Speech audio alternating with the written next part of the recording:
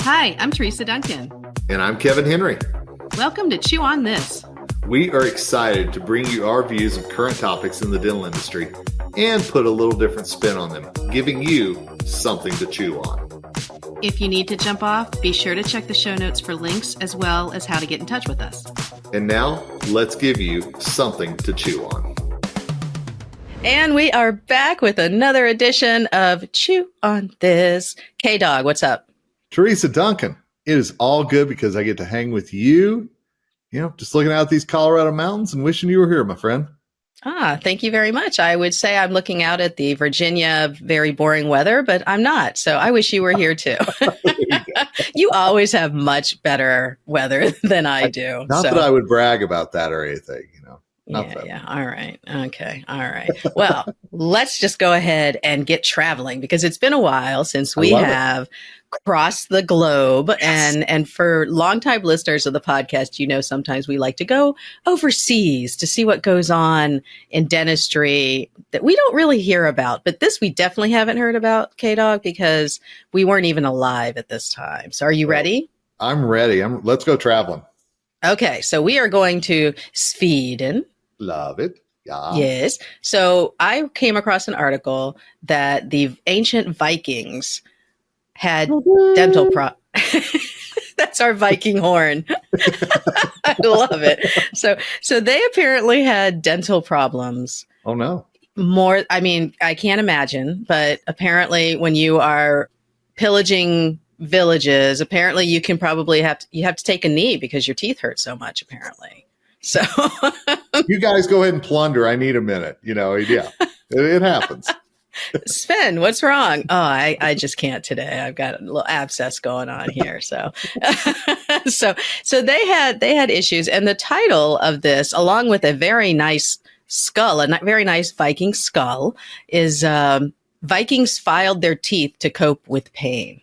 All right. So, Kevin, I don't know if you know about nerve endings in teeth, but the nerve endings are very close to the edge of the teeth. Well, not very close, but they're pretty close. So if you are filing the edges of your teeth and you file too far, much like our TikTokers of late, yes. If you file them too much, you're actually going to hit that nerve. And some of the images where they actually were filed down a lot. Have you ever felt the urge to file your teeth? First of all, no. And second of all, if I'm having pain, hey, I'll file it down. That never enters my mind. It just doesn't. Got to be honest. No duct taping, no nothing like that. No, none of that. Okay. I will leave that to a professional, as it turns out. Well, I know men in particular are very resourceful when it comes to going out in the garage and finding a tool to fit the job. See, in my marriage, I'm not the one with the tools. She's the one with that goes gets the tool belt on. I just sit there and go get them, babe. There you go. Just saying.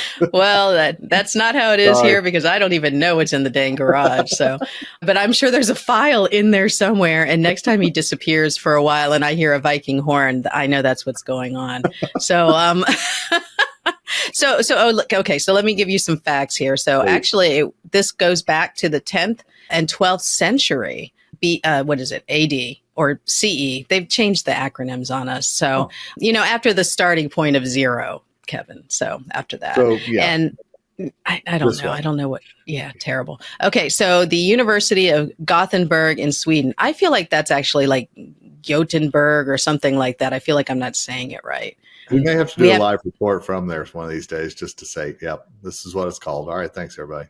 Yeah, thank you. Yeah, and honestly, we should have channeled the Swedish chef for this one too. So. We could have asked him. We should have put either some Viking horns on you, Kevin, or put a chef's hat on you. Maybe we could have done this from IKEA. Meatballs. Okay. And for those of you that are like, now what are they talking about? If you've never been to an IKEA, they are known for their meatballs and their lingonberry jam, unless you've had lingonberry in other ways, Kevin. I don't think it comes in any other form other than the jam. I think that, yeah. Yeah. I mean, I highly recommend. I think we could do a chew on this recommendation of meatballs and lingonberry, right? Well, no, wait. Now we've got to ask a serious question. Uh-oh. So you're going to mix the gravy from the meatball with the lingonberry. Do you do that or are they separate for you? I do not because do that, but you know okay, what? I don't either. You never, I mean, what if you're feeling crazy? What if you're so overcome by tooth pain that you need something to take the edge off? Well, after I file my teeth down, maybe I'll try it, but until then, I keep my lingonberry and my brown gravy separately. I'm just saying. All right. During a 2005 excavation of the remains of a Christian church in Skara, Sweden, they found a whole bunch of bones, skeletons. They contained thousands of Viking graves. Oh, God, can you imagine? That's a ton. That's a lot. Okay. They used radiography to take detailed images and then physically examine the teeth. So the juveniles had no evidence of dental caries, which is interesting because, well, I have a theory on that. 60% of the adult remains showed signs of tooth decay. 60%. That's probably the same as our population, Yeah, don't you think? that actually doesn't stun me too much. I'm like, oh well, we had a lot more in common with the Vikings than we thought. Hey, Absolutely. So they also saw traces of tooth infection, and lots of them had missing teeth. I think that feels pretty normal, like what's going on today. that's pretty modern day America, probably. Yep. Yeah. In fact, maybe modern day America is actually worse because we have a pretty bad diet, like lots of sugar and stuff. I'd be curious. I haven't really looked for that. Need to find the So Viking diet. Maybe it was more than meatballs and lingonberry. I don't know. We'll see. it might be lingonberry and herring like that. I don't know if that really appeals to me. So Oh, man. many of the individuals likely had tooth decay that would have been severe enough to cause pain, and there were signs of attempted dental treatments. Now, it's interesting because they have some images here that are just a little bit startling, I would say. So let me show you. I would like to show you a picture, and maybe we can go over, what exactly is so crazy on this about this story because and I don't know how clinical you are, Kevin. I don't know if you So really clinical. love looking at teeth the way I love looking at teeth, but I'm going to Yeah. share my screen here. You see that? Ooh, look at that. I know. So this really is a testament to just how strong teeth are. And Seriously. that's the bone. So I don't know if you can see my cursor, but Oh, that's the bone there. But look at how much bone is missing. And even here, Yeah. that's a lot of sensitivity, right? So even after death, like of course you're going to lose some, but not a lot. But look at this one over here. That's a lot of bone missing. Those teeth were just waving in the wind. I mean, Ugh. a lot of what was keeping those teeth in there were the soft tissue, the gums, which were obviously pulling away. So this is pretty bad gum disease. But look at that line that's going across. That's filing. They actually seriously filed. Yeah, that's true. Look at that. So so to ease their pain from infected teeth, which I don't think would do it. So let me go down past the wonderful air fryer. I think they had another one. No, they didn't. Okay. Yeah, actually they're pretty good. So here he is. Here's Sven. Hey, Sven. And where's my Viking horn? There you go. so there's Sven, and actually the most compliant patient just sitting there waiting for his x-ray. So shout out to Sven. He's wondering, is this going to give me cancer? That's what he's thinking right now. You can tell. I think he's thinking, does my insurance cover it? But that's a whole different thing. So, all right, back to us. So they had a pretty healthy diet, actually, from what I was reading. They had a pretty healthy diet of mead because drinking water was not safe back then. Okay. And as it was in many ancient cultures, they would drink alcoholic beverages rather than pure water because they could get sick, right, from pure water. So lots of alcohol. Which makes me wonder what the kids drank, right? Oh, I bet you they had wine or mead, or absolutely. The kids They weren't getting like milk. A little baby wine. Yeah, a little baby wine. I mean, maybe that's why they breastfed for years. That's what they do in France. That's what they do in other parts of Europe. Is that the kids get started early, and it's not a bad thing. It's cultural. Right. Well, it builds a tolerance, right? From what I understand. I mean, who knows? So I don't know. We're not nutritionists. We have no idea. So lots of meat, not a lot of fresh fruit, lots of meat, lots of carbohydrates like root vegetables and things like that. So carbohydrates, as we know, break down into sugar. So sugar is not great for the teeth. So I think as people ate more as they got older, then that's why the decay started to show up. That's why maybe juveniles didn't show a lot of signs of decay. But very interesting that they would. Oh, there was also evidence too, and we'll of course link this in the show notes. There was evidence of them trying to fill teeth, holes in the teeth, with materials, which really is kind of silly because, like, if you have a big old hole in your tooth and it's hurting, I think the natural reaction is let's get it out. Yeah, not put more So, in, you know. so I'm just wondering what they stuffed it with. Perhaps meatballs. I mean, is that so bad? I mean, let's be honest. I mean, if I were a dentist, that's probably what I do. Is I go, I don't need layers from 3M or Kerr or anybody else. I've got meatballs. Here, let me help you with this. The assistant, they were like, "Hey, Helga, can you run down to the IKEA and pick up some more meatballs? We need some more build-up material." Oh So, my God. so in all seriousness, one thing I was thinking whenever you're showing those pictures and you said those are just flapping in the wind, that's got to affect the eating as well. Of And I course. understand herring is probably not the hardest thing to eat, but it probably limited what they could eat as well. Yeah, I think as you get older, because the big amount of loss is going to be from the molars because more surface area, more caries, you're going to lose that. And so they probably had not many back teeth. And so then you've got just the front teeth Oof. to chew on, and then you lose those. And so, yeah, so you're probably gumming a lot of stuff as you get older. And it's got to hurt. I mean, it's definitely got to hurt. But if you're hopped up on mead, does that help? I don't Hey, know. well, so if you wondered why they needed to plunder and pillage, they needed to little focus something out in their teeth, is what it boils down to. So What if they were plundering and pillaging in search of antibiotics or pain medication? and then they Do we get give mad him a at Sven pass because then? he accidentally plundered the dental practice and didn't, realize it. Sven, you took all the mushrooms. What happened? That And was supposed to be for the oh, whole village. and then he just sat back and he did went and everybody was okay because All right. So Helga is the dental assistant way back in yes. Viking times, and we have plundered this story enough. Let me just say that. So let's move on. I'm imagining Helga is a dental assistant in Viking times, and that really just means holding on to the person as somebody rips a tooth out. So Helga's job has evolved.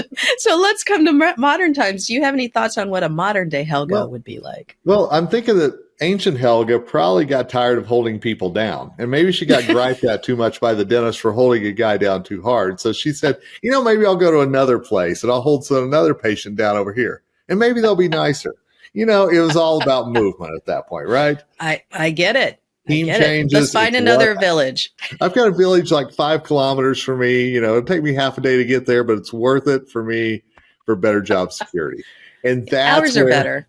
see, and that's where we have not only the same thing with the Vikings as far as tooth decay, but also the movement of team members. And, Mm-hmm. and so my portion of this, I'm going to throw out an article that we had on drbicuspid.com, which I hope all of you are reading as editor in chief. I'm certainly going to plug that every chance I get. But we ran part of Dental Post, love Dental Post and everything that they do for the industry as far as hiring goes, the 4th annual dental salary survey. So, Teresa, this was nearly 3,500 respondents, dentists, team members all across the practice. And there were certain things that they pulled out from these 3,500 individuals. And the one that raised my biggest siren, shall we say, sounded the biggest one for me, was that over 50% of dental employees entered this year, 2024, they entered this year actively or passively looking at other job openings. Mm. Now, we know that team shortages, team movement is one of the biggest things that dentistry has to be focused on. It's been a focus on since the pandemic. It's going to keep being a focus. And one of the things that we know from the ADA Health Policy Institute that came out is that over a third of dental assistants are expected to retire in the next 5 years. So you combine team members that are looking for where the grass is greener with the older team members that are transitioning out of their career. And it really shows just how important it is to not only build that solid culture in your practice, but also I really think, one thing that I know you and I talk about all the time are those stay interviews. and really making sure that you're getting to the root of a problem before it ever even crops up and becomes a problem. Well, can you explain what a stay interview is for any new Yeah. listeners? So a stay interview, we hear all the time about exit interviews, and exit interviews are when you sit down with an employee after they've already given notice, they're on their way out, and you're interviewing them about what you could have done better, while they were there. A lot of companies do this. Exit interviews are pretty routine. But what is becoming very popular now are called stay interviews, where you do that same kind of interview, except the person hasn't left yet. You're asking that person while they're still employed by you, what could they be doing better? What are their goals? What bothers them? You really try to uncover anything that is really eating at them and might make them one of those 50% that's looking elsewhere because they think something's going to be better over there. Right. But Teresa, you and I both know, we've talked to countless team members who are like, oh, I'm going to go to another practice that doesn't have drama. So I'm going to take this job over here and it's going to be great. And sure enough, they show up over there and there's drama, surprise, surprise. Yeah. Well, drama's under the surface. You're not going to get that during an interview. Everybody's going to be on their best behavior. Of course. Absolutely. Just like you are, just like the applicant is. The team is going to be on their best behavior. That makes me so sad, that one stat that, everybody's looking for another job. And to be fair, you should always be looking for what's good for you and your family. I believe that. I mean, your family is, you got to provide for your family and for yourself if you don't have a family you're providing for. You have to take care of yourself, but usually that's keeping an eye on whether or not the industry is changing, the landscape, all that kind of stuff. But to be actively, I bet most of them are actively looking, not just passively. I would bet so. I think passively just includes like, hey, have you heard anything? And then you don't think about it for a while, But actively is pretty scary. And if you think about the people who are going to retire, so you mentioned dental assistants going to retire 30% or something, right? Yeah. So in that same survey, which I think is very important for you all to read, and we talked about this in one of my most recent classes, and people were shocked at the fact that not just assistants, but hygienists and office managers and insurance coordinators, because what I love is they added roles to this survey. Good. All of them it was like all roles were 20 to 30% planning to retire in 6 years. 20 to 30% across the board. That's a huge, huge workforce shift because we're not getting 20 to 30% in. Absolutely. So, Yeah. And so that begs the question, like I said, we're losing more than we're gaining. And there are things like Smile Crew California. There are initiatives out there to try to get dental team members from outside of dentistry to come in and realize what a great career this is. Sure. But it's not at the pace that we're losing people. And I think that we're really going to come to a tipping point in our industry where dental practices who are already short-staffed are going to have to figure out, is this the long-term view? Is this how it's going to be? And how do we change our schedule? How do we change how we do things? Because we may not have that extra assistant. We may not have the insurance coordinator. What do we do now? And is this something that we just have to pivot into this different time? It's really worrisome because when I look out in my insurance coordinator classes, there are a lot of young faces, don't get me wrong, but the ones who are coming to learn more and to really dedicate themselves I see a lot of the same faces, very familiar faces, but they're all my age or older. They're all my age. And, so I'm 30s. 52. Oh, yeah, she's so sweet. I'm 52. I know, very sweet. I don't want to give my son any laughing fits when he hears me trying to pass for 30. So, but my age is getting to the point where retirement isn't very far away. We're actually like, oh, that's not a bad thing, And granted, our position, we can last longer because we're not as like on our feet and all of that. But at the same time, we're getting replaced by outsourcing companies and AI. So it's really the one area that I think we're going to really struggle is dental assistants, because you can't, there's no robot that can take that job. There just isn't. There isn't. And sadly, we spent years with the dental assistant kind of being looked down upon, the lowest paid member, all these different things. And now some of those things are coming back to roost, I think, a little bit, as far as, well, gosh, why doesn't anybody see this as a great career? Well, think of what people are saying about it, and those who are transitioning out, I will tell you, I've talked to some of them who are of a certain age, and they're a little bitter. I don't know if that's the right word, but they're bitter because these young dental assistants are coming in and demanding higher wages than they were ever paid. Yeah. And they also know that the dentist, unfortunately, is in a position that he or she has to figure out, do I pay that salary or do I lose that person? And so there's a real generational thing going on here as well between Hmm. those of a certain age that are coming out as well.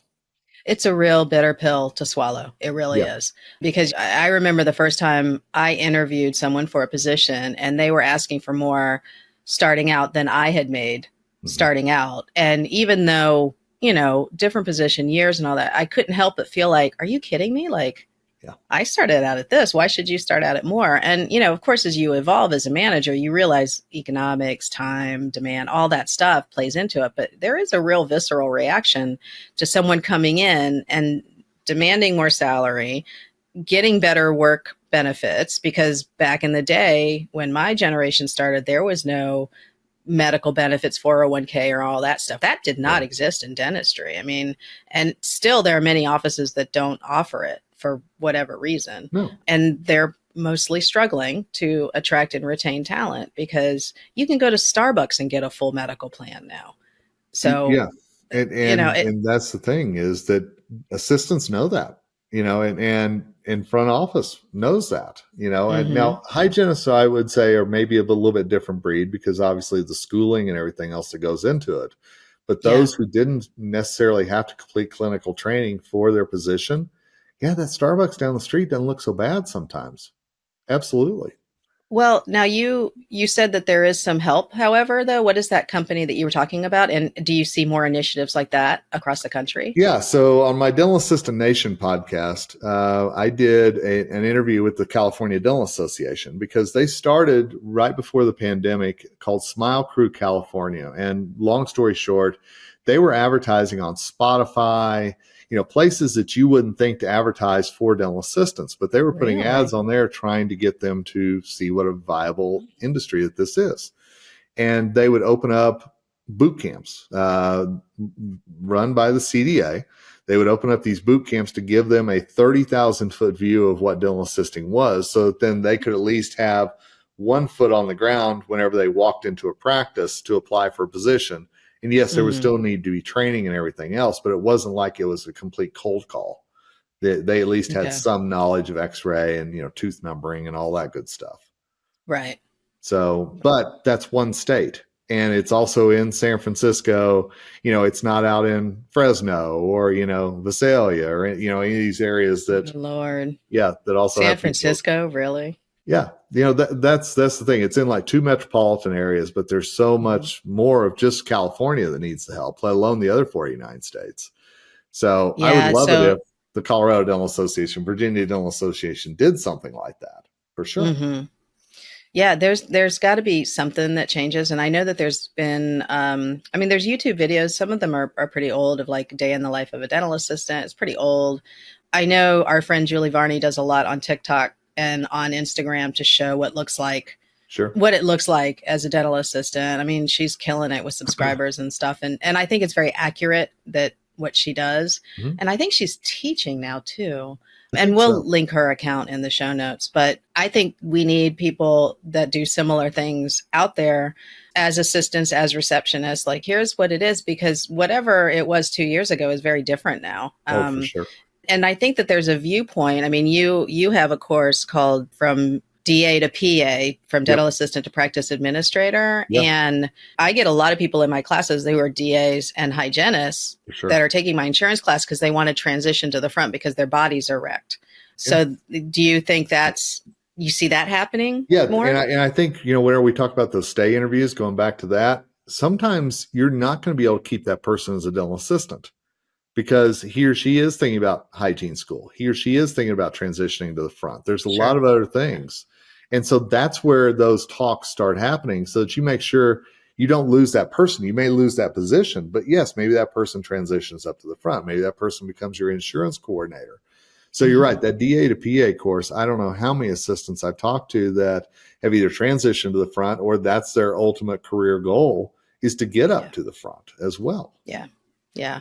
Well, and there's just, it's such our industry is so awesome. I mean, I love it so much, but I think the business model is changing and we got to catch up as far as staffing needs. And COVID really, I mean, I'm not going to say it caused all of it. I think it accelerated Oh, it put the the gas issues pedal way down on it. Absolutely. It did. for sure. For sure. I'm sorry. I kind of got started with all these stats. Was there anything No, else in no, that report? no. I think that's the biggest one, honestly. And we'll obviously link to this in the show notes so you can see the other things about salary, the other things about, future, everything like that. But it was just a reminder to me that when you and I are out there talking to, when we're at Hinman or Chicago Midwinter or Greater New York or wherever we are, we've got to be emphasizing this to our audiences, because if your practice thinks you're the only one going through something like this, I guarantee you it's everybody in there. And so we've got to find a collective response. We've got to find a way as an industry to help solve these problems, because every practice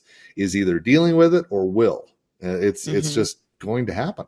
Well, and I'll say that it's not just the small offices too. Oh, for I sure. talked to the groups and larger DSOs when I talk to their operations people. Staffing is 100% a big Absolutely. problem for them. And you would think, well, you have benefits and you have flexibility and all that, and it's not enough. So even today's workforce coming in, maybe they haven't been the veterans like we are, coming straight in, their parents are telling them or their colleagues are telling them, why are you taking a job with no benefits? So they're coming out asking for more of a living wage, more benefits. And I just saw an article that said that in most American cities, if you were working minimum wage and were married, the two salaries combined could not afford a one-bedroom apartment in most of those cities. Yeah. So we do have to do better. And I hate to say that because I love revenue cycle and I want cash flow, but we've got to take some of that money and throw it at staff. I think we're at this point now. And that's where, the dentists who listen to this, I know they're cringing a little bit, and I get it. Trust me, because the last thing you want to do is have your hygienist come in and say, I need $3 more an hour or else, and your assistant saying the same thing. Yeah. And we don't have time to go into all the stories. I've heard about literally $1 an hour making a difference. But I also go back to, if somebody's leaving you for $1 more to go somewhere else, there had to be something underlying under that. It's not just about the money. It's about, because you and I have talked to plenty of people who have worked at offices where they're not paid the best, but they're paid pretty decently. Yeah. And they stay because the atmosphere is fantastic. Mm-hmm. For sure. So, yeah. And I think it really is about, there was a time whenever you had a leadership course or a business course and a dentist would roll his or her eyes because, I got to do this. It was almost mandated. And now I think it is almost, it's not even a question if you should do it. You have to be a leader. You have to ask these hard questions, and you have to really know what your business stands for, make sure everybody's on that same page.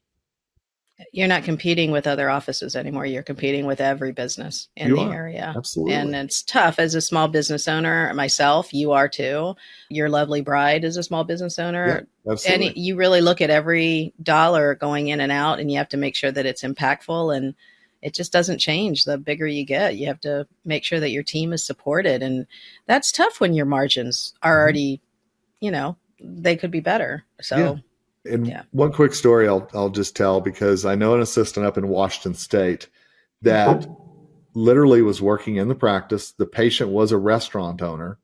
The patient loved her personality, her outgoingness, everything else. The patient stole her eventually to become his hostess at the restaurant. Boo, boo. So you've just got to be cognizant of that, is that your people, you think they're outstanding. Well, guess what? You're not the only one who thinks that.